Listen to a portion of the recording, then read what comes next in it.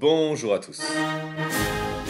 Ah, la France et son système politique. Ses députés, de grands hommes comme Pierre Mauroy, Jean Moulin, Léon Gambetta ou encore Léon Blum. Personne n'a craqué! Personne n'a craqué! Et nous sommes là devant vous pour la réforme! Pierre, sa question était la suivante.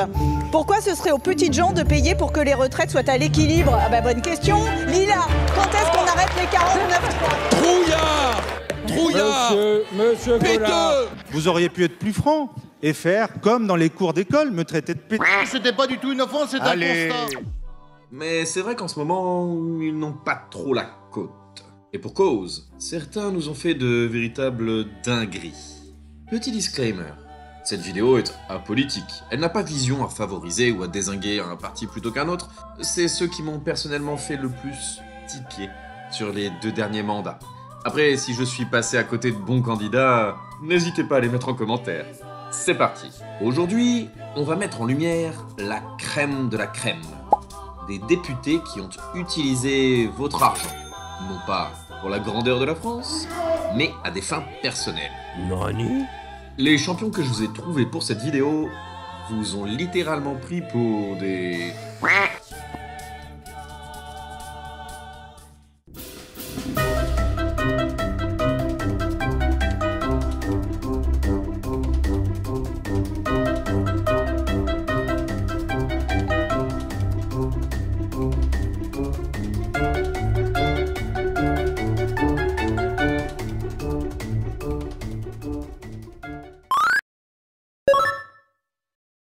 Que l'on soit clair, les députés, ils utilisent de l'argent public, l'argent de vos impôts, celui de vos parents avant vous, de votre médecin, ou du mec le plus riche de votre ville. Et puis, franchement, ils se mettent pas trop mal. Mensuellement, un député touche 7 637 € bruts, 7 493 € net. La famille, ça va? Ça va, Imhotep. Entre l'indemnité de base, à presque 6 000 €, l'indemnité de résidence, presque 200, et enfin l'indemnité de fonction de 1 500 €, ils font partie des 1% les plus riches de France. Après, je ne rentre pas dans le détail des rémunérations supplémentaires du président, des questeurs ou autres secrétaires de bureau. Cependant, il y a un petit truc en plus. Enfin, quelques petits trucs en plus. Et c'est là que c'est le plus drôle. Parce que bon, leur rémunération, après tout, ils en font ce qu'ils veulent.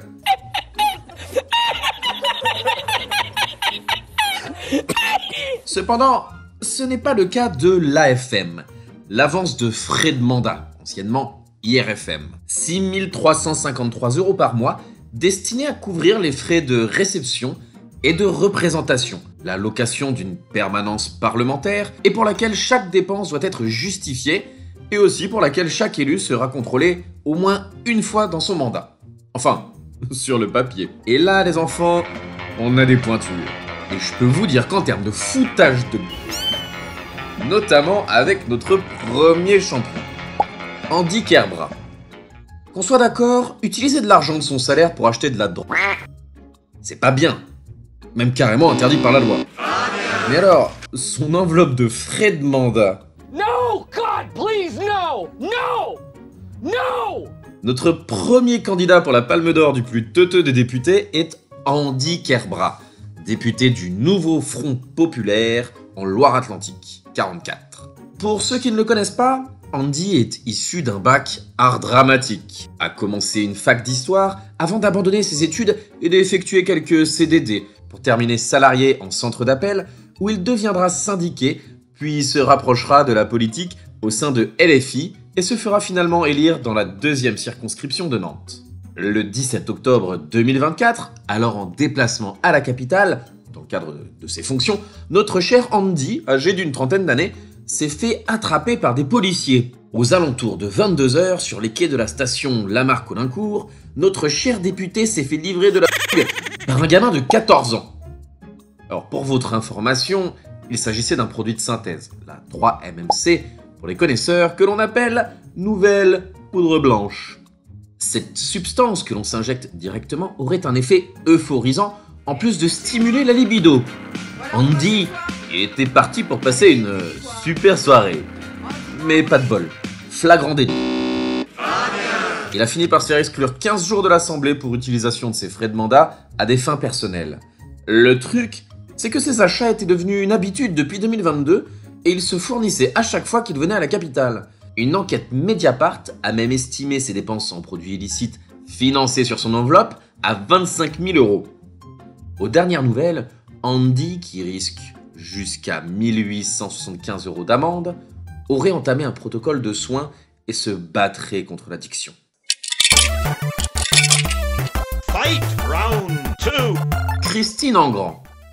Pour notre deuxième candidat, ou plutôt candidate, on va changer de bord politique puisqu'elle est députée Front National dans le Pas-de-Calais. Je vous présente Christine Engrand. Et là je peux dire, il y a du level. Pour son petit historique, Christine était directrice commerciale, notamment chez Kiabi puis chez Eurotunnel. Mariée à un médecin généraliste, on peut supposer qu'elle avait déjà des standards de vie assez élevés, ce qui expliquera peut-être la suite de son histoire. En 2022, elle se fait élire députée Front National dans la 6e circonscription du Pas-de-Calais. Le problème de Christine ? Elle a confondu son portefeuille et le portefeuille de l'Assemblée. En fait, en 2024, une enquête est sortie sur cette dame, affirmant qu'elle a utilisé plus de 10 000 € pour des dépenses personnelles. On pourra noter l'abonnement à un site de rencontre, des téléphones, des réparations de sa voiture personnelle, et bien sûr le nettoyage, autant faire les choses complètement, le gardiennage de ses chiens, Smoothie et Loulou, lorsqu'elle se déplaçait, 27 € par jour et par toutou, et enfin les frais d'obsèques de sa maman, presque 6 000 €. Forcément, elle a fini par se faire rattraper. Et lorsqu'elle a reçu sa convocation disciplinaire par le bureau du groupe RN, elle n'est pas venue, parce qu'elle s'est fait prescrire un arrêt maladie, pile au mauvais moment. Aussi, interrogée, elle a plaidé pour sa défense qu'en tant que députée, elle gagnait moins bien sa vie qu'avant, et l'enveloppe qu'on lui donne, c'est, je cite, « très très short, c'est pas du tout rentable ». On peut dire que les choses, elle les voit en grand. Christine. Attendez, et j'ai pas fini. On s'est aussi rendu compte que ça faisait 15 ans qu'elle roulait sans permis, et que son compagnon, rencontré grâce au site de rencontre payé par vos impôts, ça dépasse tout ce que j'ai pu imaginer. est devenu son assistant parlementaire. Oui, j'ai fait Non, ce n'est pas abusé du tout. On a repoussé les limites, là. Fight round 3. Anne-Christine Lang. Notre troisième sélectionnée pour cette première édition n'est pas n'importe qui, puisqu'elle a été condamnée à une amende de 60 000 € et 3 ans d'inéligibilité après avoir reconnu un détournement de son enveloppe de frais de mandat. Je vous présente Anne-Christine Lang. D'abord prof en collège et lycée, elle s'intéresse rapidement à la politique en s'inscrivant sur des listes électorales et cumulant des mandats de conseillère en mairie parisienne sur les années 90-2000. En parallèle, sa carrière l'emmène à travailler en cabinet de conseil en tant que spécialiste des questions éducatives, puis elle intègre le Conseil régional d'Île-de-France avant de finalement devenir députée en 2014 pour le Parti socialiste d'abord, puis en rejoignant LREM, le parti du président Macron, en 2017. Le truc avec Anne-Christine, c'est qu'elle a pensé que son mandat de députée devait lui donner une sorte d'aura divine. Contrairement à notre précédente candidate, elle n'a pas confondu sa carte et celle de l'Assemblée. Elle a carrément interverti son compte courant et celui de l'Assemblée. Plus de 100 000 € de fonds détournés. Là, ça commence à être fou, je vous l'accorde. Anne-Christine, qui ne s'est bien sûr pas attardée avec les journalistes après avoir assumé quelques négligences à son procès, qu'est-ce qu'elle a fait ? Elle a payé avec vos sous les consultations médicales, ses courses au supermarché, des péages pour partir en vacances, pas pour aller au boulot, des soins, thalasso, massage, on n'a pas trop de détails, hormis que c'est pendant ses vacances, des jouets, des vêtements pour enfants, du matériel de puériculture, la cotisation auprès de son parti politique. Un grand classique. Oui, parce que 66% de déduction fiscale sur les dons aux associations et partis politiques, ça ne suffit pas. Des remboursements de prêts personnels. Un grand classique aussi, on va en reparler. Je vous rassure, pour détourner plus de 100 000 €, ça lui a pris quelques années quand même. Chose intéressante, c'est que les dépenses faites avant le 3 mars 2015 n'ont pas été retenues pour le calcul de son amende. En fait, cette date correspond à la délivrance d'une lettre d'information visant à clarifier l'utilisation de l'enveloppe parlementaire. Ce qu'on ne vous dit pas, c'est qu'avant cette date, les députés faisaient carrément n'importe quoi. Rassurant, non ? Fight round 4. Jean-Christophe Cambadélis. Cela nous emmène au niveau supérieur. Et les députés carrément condamnés à de la prison avec sursis ici. Condamnés à 60 000 €, dont 30 000 € avec sursis, et 8 mois de prison avec sursis aussi, je vous présente Jean-Christophe Cambadélis. Pour ceux qui ne le connaissent pas, parce que là on commence à avoir quelqu'un quand même. Né dans les années 50, c'est d'abord un militant d'extrême gauche, un trotskiste avant d'entrer au PS en 86. Longtemps député à Paris, c'est un proche de Dominique Strauss-Kahn. J'ai la tenue, je sors de la douche. En 2014, il a été premier secrétaire général du PS, avant de quitter le poste en 2017, au revoir, cédant ultérieurement la place à Olivier Faure. Quand je vous disais qu'on était au niveau supérieur, lui il a quand même été condamné 3 fois. Emploi fictif en 2000, recel d'abus de confiance en 2006, et en 2025, détournement des frais de mandat. Oh mais sans blague, c'est quoi ces députés en France? Alors lui, il est tellement chaud, il lui faudrait une vidéo complète. Sa première condamnation pour emploi fictif remonte aux années 90. Quand il venait de perdre son mandat de député, alors numéro 2 du PS, il se fait recruter par Yves Lenné, ancien cadre du Front National, pour être chargé de mission dans une société de gestion de foyer pour travailleurs immigrés. Déjà, ça part mal. Alors je vous passe l'épisode sur les combines financières qui rémunèrent grassement les politiques, mais foutent les immigrés dans des logements insalubres, blindés de moisissures, parfois sans eau ni électricité. Jean-Christophe, dans l'histoire, il a touché l'équivalent de presque 70 000 € pour un emploi à mi-temps. Et bizarrement, aucun des salariés ne le connaissait. Sa deuxième condamnation concerne l'affaire de la MNEF, une mutuelle étudiante dans les années 90, et une affaire qui a vu passer des noms comme Dominique Strauss-Kahn, Manuel Valls, entre autres. En fait, il s'agissait d'une mutuelle au centre d'un montage financier servant à établir des fausses factures, faire des emplois salariés, faux bien sûr, et qui finançait arbitrairement certaines associations comme SOS Racisme, qui a aussi été condamné. Jean-Christophe, dans tout ça, a été condamné à une amende de 20 000 € pour un contrat de conseil auprès des étudiants étrangers. Encore une rémunération pour un faux emploi, quoi.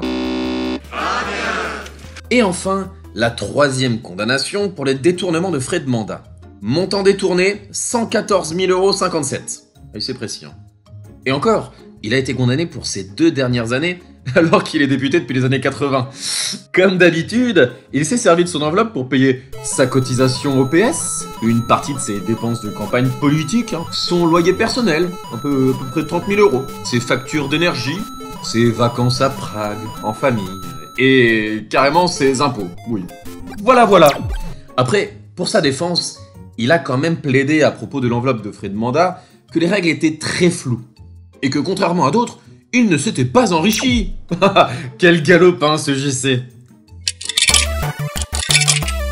Fight round 5. Henri Gibrael. Bon, j'avoue qu'après ça, c'est difficile de faire mieux. Oh, je plaisante. Alors, c'est ça qu'il y a bien avec les députés, c'est qu'ils sont pleins d'imagination. Imagination. Notre dernier député, élu pour ce top, est Henri Gibrael, ancien député PS des quartiers nord de Marseille, qui a carrément eu 5 ans de prison dans 2 fermes pour 2 dossiers. 2014, prise illégale d'intérêt.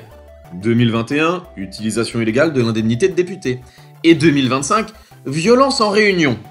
Je sais pas si je ferais bien de l'inclure dans ma vidéo celui-là, hein.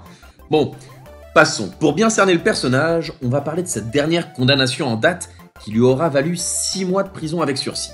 Un jour, des militants LFI ont osé décoller des affiches électorales de son fils, Sébastien, dans son quartier, nord de Marseille. Visiblement, la population n'a pas aimé, et rapidement la foule s'est massée autour des militants, dont l'un a été littéralement tabassé par un coach de boxe. Le truc, c'est que sur les vidéosurveillances, on voit les Gibrael un peu plus loin en train de pointer les militants du doigt et d'après les observateurs de vociférer des ordres. Coupable ou malheureux hasard, il a été condamné pour violence en réunion. Maintenant, on va vous parler de sa première condamnation, l'affaire des mini-croisières, ma préférée, qui lui aura valu 15 mois ferme. Henri, vous voyez, c'est un homme généreux. Il a offert à 2400 électeurs de sa circonscription, ces petits vieux comme il les appelle, des croisières gratuites. 4 au total, dont au programme, petite sortie autour des îles Porquerolles avec menu corse, animation musicale. Quel homme généreux, car tout le monde savait que c'était grâce à lui. Le truc, c'est que tout a été organisé par la SNSM, Société Nationale Maritime Corse-Méditerranée, et les factures ont été réglées par 3 associations. Le truc, il y en a toujours un, c'est que ces 3 associations, Henri avait la main mise dessus, puisqu'elles étaient chapeautées par son assistante parlementaire, et que les financements venaient directement du conseil départemental, 50 000 € alors qu'il était justement conseiller général. Ah là là là là, quel filou. Et maintenant, la dernière condamnation. Forcément, l'utilisation illégale des frais de mandat. Bon là, il a pas pris de gants. Il a carrément utilisé 13 800 € de son enveloppe pour les miser au casino d'Aix-en-Provence. Genre il s'est même pas caché, hein. Ah, et puis aussi, il remboursait quand même le crédit de son véhicule personnel avec son enveloppe de frais de mandat, bien sûr. Mais à ce niveau-là, c'est du détail. Et il l'a très bien expliqué lors de son jugement. L'instruction a été bâclée, on n'est pas rentré dans le fond, on n'a pas vu les relevés bancaires. Au final, c'est ce qui me fait le plus peur de toute cette vidéo. Écoutez ces paroles magnifiques pour se justifier. D'avoir utilisé de l'argent public à des fins personnelles, vous avez dit que c'était votre argent, c'est bien ça? Absolument, c'est mon argent. C'est un argent affecté aux parlementaires, c'est un argent libre d'utilisation. Avant 2015, à l'Assemblée, c'était open bar. Vous savez combien de députés ont dépensé l'argent de l'IRFM pour acheter des maisons ou des permanences? Je peux vous donner la liste. Mais quelle balance! Étonnant pour un député des quartiers nord de Marseille. Enfin, c'est quand même inquiétant, mais après tout, ces 5 loustiques sont peut-être les plus loufoques, les plus dumb and dumber. Allah. Mais ils sont loin d'être ceux qui ont coûté le plus cher aux contribuables. Peut-être que vous avez une idée, entre les emplois fictifs ou les conflits d'intérêts, à savoir ceux qui se font payer par des multinationales tout en étant élus. Mais je garderai ça pour une autre vidéo. En attendant, si vous avez apprécié cette vidéo, n'hésitez pas à nous mettre un pouce bleu, cela rend un grand service à la chaîne. A plus les cotisants.